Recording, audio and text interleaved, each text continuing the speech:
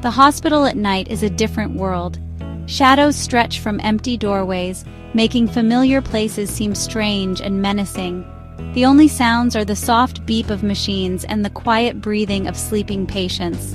I was a young nurse then, full of energy. I thought I had seen everything. I was wrong. Most rooms were occupied, but one at the end of the hall was different, room 323.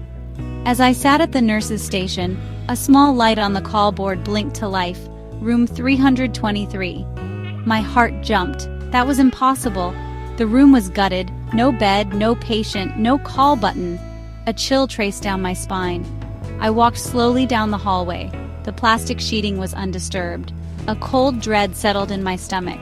This was more than faulty wires.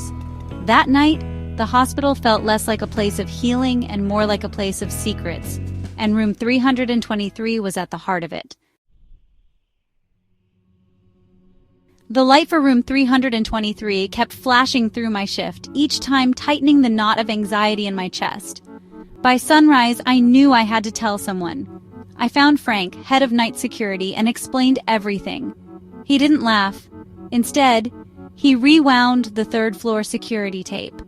For hours, the hallway was empty. Until, around 3 a.m., a figure appeared at the far end.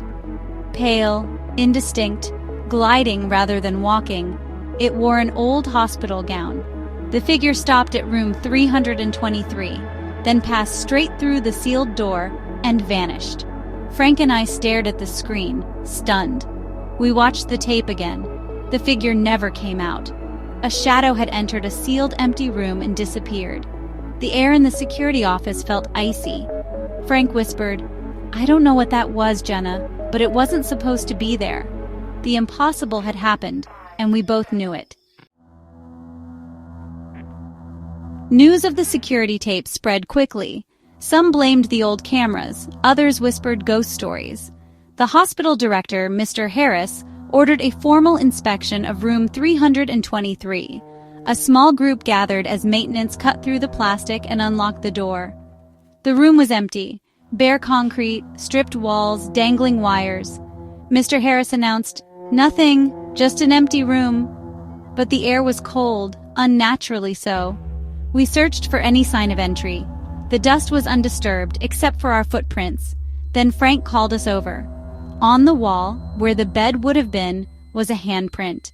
Stark, red, and wet-looking, like blood. We stared in silence. A fresh, bloody handprint in a room sealed for months. The logical explanations had run out. The hospital's secrets were no longer just rumors. Something, or someone, was reaching out from room 323.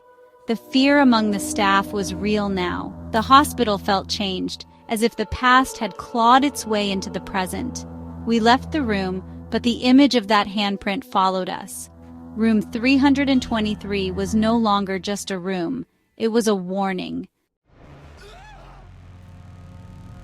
The bloody handprint changed everything. The administration sealed room 323 with a padlock. I couldn't let it go. I spent days in the hospital archives searching for answers. Finally, I found a thin, water-damaged file. Mary Ellis, patient in room 323, winter of 1957. She was young with no family, admitted for a mysterious fever. The notes described her as withdrawn, staring at the walls for hours. Then the entries stopped. A faded newspaper clipping was tucked inside. Fire at St. Michael's claims 1, patient missing. The fire was contained to room 323. Mary Ellis vanished during the chaos, never found. The official report said she fled and died elsewhere. But as I sat in the archives, a chilling thought took root. What if Mary Ellis never left? What if she was still there, a forgotten patient, trapped within the walls of that room? The past felt suddenly terrifyingly close, and room 323's secret was no longer just a story. My next night shift was filled with dread, haunted by Mary Ellis's story. The third floor was silent, the air heavy with anticipation. Just after 3 a.m., I saw her, a pale young woman in a vintage gown, standing by the padlocked door. I froze, watching as Mary Ellis reached for the door, her eyes meeting mine with silent pain. She faded away, leaving only the empty hallway, and a secret I'd never forget. I don't remember finishing my shift. The next thing I knew, I was in my car at sunrise, hands shaking. I never went back. I quit nursing and left town. Later, I heard the hospital walled off room 323 completely. It no longer exists, officially, but those who were there know the truth. Behind that blank wall, the old room still waits, silent and dark. The story became legend, a warning whispered to new nurses. Some say you can still feel a chill as you pass that section of the wall. Some say if you listen closely, you'll hear a faint, desperate tapping from the other side. Hospitals are places of transition, poised between life and death. Most patients leave one way or another, but some are lost, forgotten by time. They become permanent residents, their pain echoing through the halls. So if you ever see a call light for a room that's supposed to be empty, don't ignore it.